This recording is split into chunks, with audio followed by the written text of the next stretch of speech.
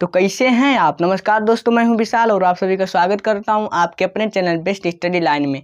जैसा कि आप सभी जानते हैं कि हम लोग टेंस के बारे में सीख रहे हैं और हमने प्रेजेंट टेंस पूरा कंप्लीट करके और सीख करके हमने यूट्यूब पर उसे डाल रखा है। यदि आप उन वीडियोज़ को नहीं देखे हैं तो आप जा करके डिस्क्रिप्शन बॉक्स में हमारे लिंक के ऊपर टच करके आप उन वीडियोज़ को देख सकते हैं। और आज का ये वीडियो हमारा है पास्ट कंटिन्यूअस टेंस, जो कि बहुत ही इंटरेस्टिंग होने वाला है। तो मैं आपसे एक छोटी सी रिक्वेस्ट करता हूं कि यदि हमारा वीडियो आपको पसंद आए तो कमेंट में ज़रूर बताइएगा। और चलिए हम बिना देरी के अपना वीडियो स्टार्ट करते हैं। देखिए, पास्ट कंटिन्यूअस टेंस की पहचान होती है रहा था, रही थी, रहे थे, हुआ था, हुई थी और हुए थे। अर्थात ऐसे वाक्यों के अंत में रहा था, रही थी, रहे थे, हुआ था, हुई थी और हुए थे जैसे शब्द आते हैं। इसमें 4 प्रकार के वाक्य होते हैं। पहला पॉजिटिव सेंटेंस, इसे अफर्मेटिव सेंटेंस भी आप लिख सकते हो और इसकी हिंदी होती है साधारण वाक्य। दूसरा नेगेटिव सेंटेंस, इसकी हिंदी होती है नकारात्मक वाक्य। तीसरा इंट्रोगेटिव सेंटेंस, इसकी हिंदी होती है प्रश्नवाचक वाक्य। और चौथा होता है इंट्रोगेटिव एंड नेगेटिव सेंटेंस, इसकी हिंदी होती है प्रश्नवाचक एवं नकारात्मक वाक्य। और इसके ये सब रूल हैं, इसी के अकॉर्डिंग हम किसी भी सेंटेंस को ट्रांसलेट करते हैं। देखिए, जो साधारण वाक्य वाला है हमारा रूल, उसमें क्या होता है, सबसे पहले हम सब्जेक्ट लगाते हैं, उसके बाद हेल्पिंग वर्ब वाज और वेयर लगाते हैं, उसके बाद वर्ब के फर्स्ट फॉर्म में आईएनजी, उसके बाद ऑब्जेक्ट, उसके बाद ओसी लगाते हैं। अब आप सोच रहे होंगे कि ये वाज क्या है और वेयर क्या है, अर्थात इनका क्या यूज होता है। तो देखिए, जो वाज होता है इनका यूज होता है एक वचनकर्ता के लिए, यानी कि ही सी नेम इट के साथ क्या लगेगा, वाज लगता है। और जो वेयर है ये लगता है आई बी यू डे के साथ, यानी कि प्लूरल नंबर या बहुवचनकर्ता के साथ। अगर जो हमारा कर्ता एक वचन हो तब तो हम वाज लगाते हैं, अगर जो कर्ता बहुवचन हो तब हम वेयर लगाते हैं। देखिए, एक वचनकर्ता के अंतर्गत आता है ही सी नेम इट और बहुवचन में आता है आई बी यू दे, मैं, हम, यू यानी कि तुम और वे, ये सब आते हैं हमारे वेयर, यानी कि प्लूरल नंबर के साथ लगेगा वेयर। चलिए अब हम यहाँ पर एक एग्जाम्पल ले रखे हैं, बिना देरी के हम इसको ट्रांसलेट करते हैं और सीखते हैं पास्ट कंटिन्यूअस टेंस। देखिए, यहाँ पर लिखा हुआ है बंदर पेड़ पर कूद रहा था। अब देखिए, बंदर, पहले सोचिए ये प्लूरल नंबर है या सिंगुलर नंबर। बंदर पेड़ पर कूद रहा था, बंदर है, अकेला है, इसलिए एक वचन। एक वचन के साथ हम कौन सा हेल्पिंग वर्ब लगाएंगे, वाज लगाएंगे। उससे पहले हमको सब्जेक्ट लगाना पड़ेगा और उसके बाद क्या लगेगा, वर्ब के फर्स्ट फॉर्म में आईएनजी लगेगा। क्यों आईएनजी लगेगा, क्योंकि जो भी हमारा कंटिन्यूअस टेंस होता है उसमें आईएनजी जरूर लगाई जाती है। उसके बाद ऑब्जेक्ट, उसके बाद ओसी। तो चलिए हम इसी रूल के अकॉर्डिंग इसको ट्रांसलेट कर लेते हैं। देखिए, दिया है बंदर पेड़ पर कूद रहा था। अब हम इसको ट्रांसलेट करते हैं। सबसे पहले सब्जेक्ट लगाएंगे मंकी, उसके बाद हम लगाएंगे वाज, क्योंकि मंकी हमारा एक वचन है, सिंगुलर नंबर। उसके बाद वर्ब के फर्स्ट फॉर्म में आईएनजी। अब देखिए, जंप मतलब होता है कूदना, उसमें आईएनजी लगाएंगे तो हो जाएगा जंपिंग, मंकी वाज जंपिंग। उसके बाद क्या कह रहा है, ऑब्जेक्ट। ऑब्जेक्ट हमारा क्या है, पेड़, on the tree, on the tree. अब देखिए, हमको क्या करना, ओसी लगाना है। अन्य शब्द तो हमारा इसमें कुछ भी नहीं है, इसलिए हमने इसको ऐसे करके छोड़ दिया और उसके बाद फुल स्टॉप लगाया। क्यों फुल स्टॉप लगाया, क्योंकि जो हमारा ये वाक्य है, सेंटेंस है, ये पॉजिटिव सेंटेंस।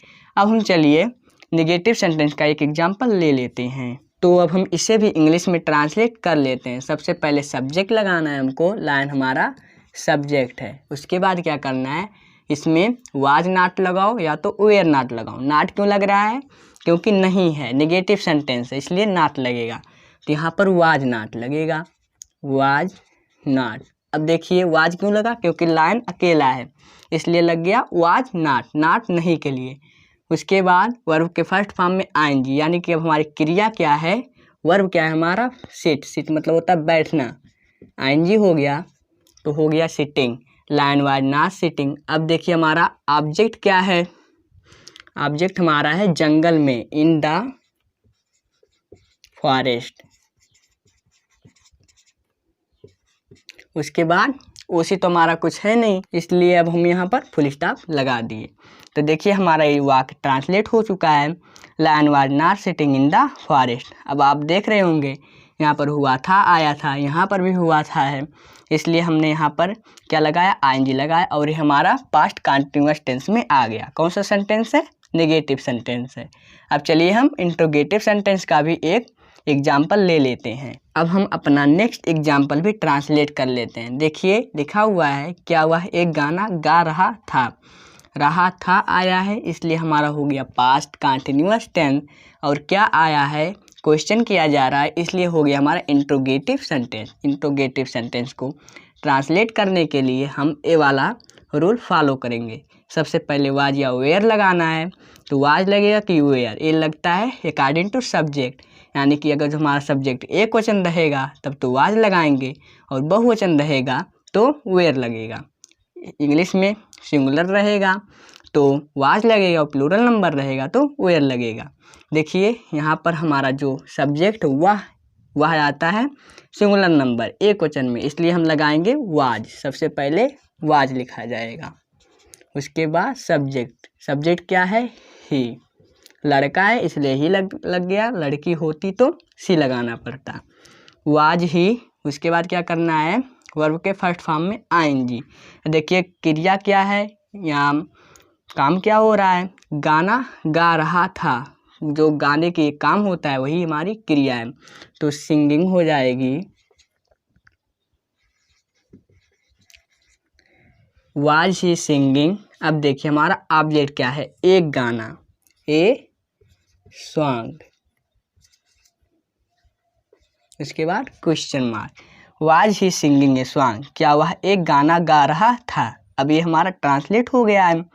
अब मैं आपको एक बार समझा देता हूँ। सबसे पहले हमने वाज लगाया, क्यों लगाया, क्योंकि जो इंट्रोगेटिव सेंटेंस होता है उसको बनाने के लिए सबसे पहले हेल्पिंग वर्ब हेल्प में लाई जाती है, तो इसलिए हमने कर दिया यहाँ पर वाज। उसके बाद सब्जेक्ट लगाओ, सब्जेक्ट हमारा ही है वह, इसलिए हम यहाँ पर ही लिख दिए। उसके बाद वर्ब के फर्स्ट फॉर्म में आईएनजी, सिंग मतलब होता है गाना, जो क्रिया है हमारी उसमें आईएनजी लगा, हो गया सिंगिंग। अब देखिए ऑब्जेक्ट लगाइए, एक गाना ऑब्जेक्ट हमारा है, उसके बाद ए सॉन्ग, उसके बाद ओसी तो कुछ है नहीं, इसलिए हमने यहाँ पर क्वेश्चन मार्क लगा दिया। इस तरह से ये हमारा ट्रांसलेट हो गया। अब हम चलिए इंट्रोगेटिव एंड नेगेटिव सेंटेंस का एक एग्जाम्पल ले करके आपको समझा दे रहे हैं। अब चलिए हम अपने नेक्स्ट एग्जाम्पल को भी इंग्लिश में ट्रांसलेट कर लेते हैं। देखिए लिखा हुआ है, क्या वह भोजन नहीं पका रही थी आया है, इसलिए पास्ट कंटिन्यूअस। उसके बाद नहीं आया इसलिए नेगेटिव हो गया। प्रश्न पूछा जा रहा है तो हो गया इंट्रोगेटिव, यानी कि हमारा सेंटेंस कौन सा है, इंट्रोगेटिव एंड नेगेटिव सेंटेंस, प्रश्नवाचक एवं नकारात्मक वाक्य। इसको बनाने के लिए हम ए वाला रूल फॉलो करेंगे। सबसे पहले वाज या वेयर, उसके बाद नॉट लगाएंगे, उसके बाद सब्जेक्ट, उसके बाद वर्ब के फर्स्ट फॉर्म में आएंगे, उसके बाद ऑब्जेक्ट, उसके बाद ओसी, उसके बाद क्वेश्चन मार्क। चलिए अब हम इसे भी ट्रांसलेट कर लेते हैं। सबसे पहले हम लगाएंगे was,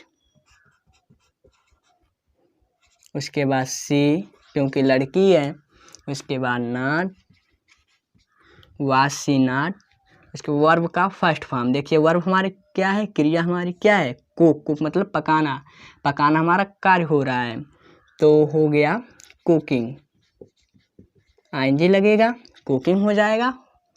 was she not cooking the food हमारा ऑब्जेक्ट है, उसके बाद क्वेश्चन मार्क। देखिए ये भी हमारा ट्रांसलेट हो चुका है, was she not cooking the food, क्या वह भोजन नहीं पका रही थी। चलिए इसे एक बार फिर से समझ लेते हैं। सबसे पहले वाज क्योंकि सब्जेक्ट सिंगुलर नंबर है, उसके बाद नॉट क्योंकि नेगेटिव सेंटेंस है और इंट्रोगेटिव भी है, उसके बाद वर्ब के फर्स्ट फॉर्म में आईएनजी, तो कुक मतलब होता है पकाना, आईएनजी लगा कुकिंग हो गया। उसके बाद ऑब्जेक्ट हमारा क्या है, द फूड, उसके बाद ओसी तो हमारा कुछ है नहीं, इसलिए हमने यहाँ पर क्वेश्चन मार्क लगा दिया। क्वेश्चन मार्क क्यों लगाया, क्योंकि क्वेश्चनिंग की जा रही है, प्रश्न पूछा जा रहा है, इसलिए हमने क्वेश्चन मार्क लगा दिया है। यदि आपको समझ में ना आया हो तो हम 2 एग्जाम्पल और ले लेते हैं, इससे आपको समझ में आ जाएगा। हमने आपको समझाने के लिए कुछ एग्जाम्पल ले रखे हैं, चलिए हम उसे भी ट्रांसलेट कर लेते हैं।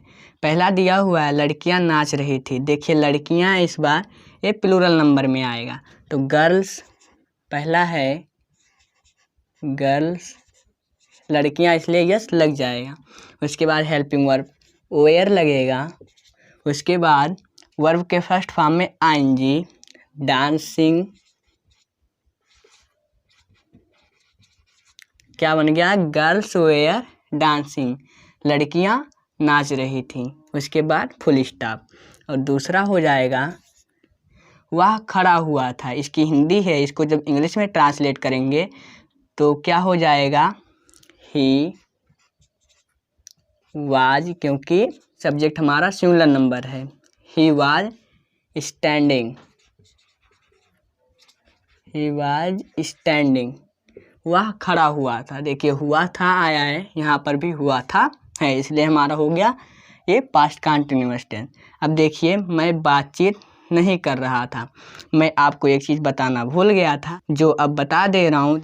पास्ट कंटिन्यूअस टेंस में जो मैं होता है ये सिंगुलर नंबर में आ जाता है। मैं के लिए क्या लगता है, वाज लग जाता है, ठीक है।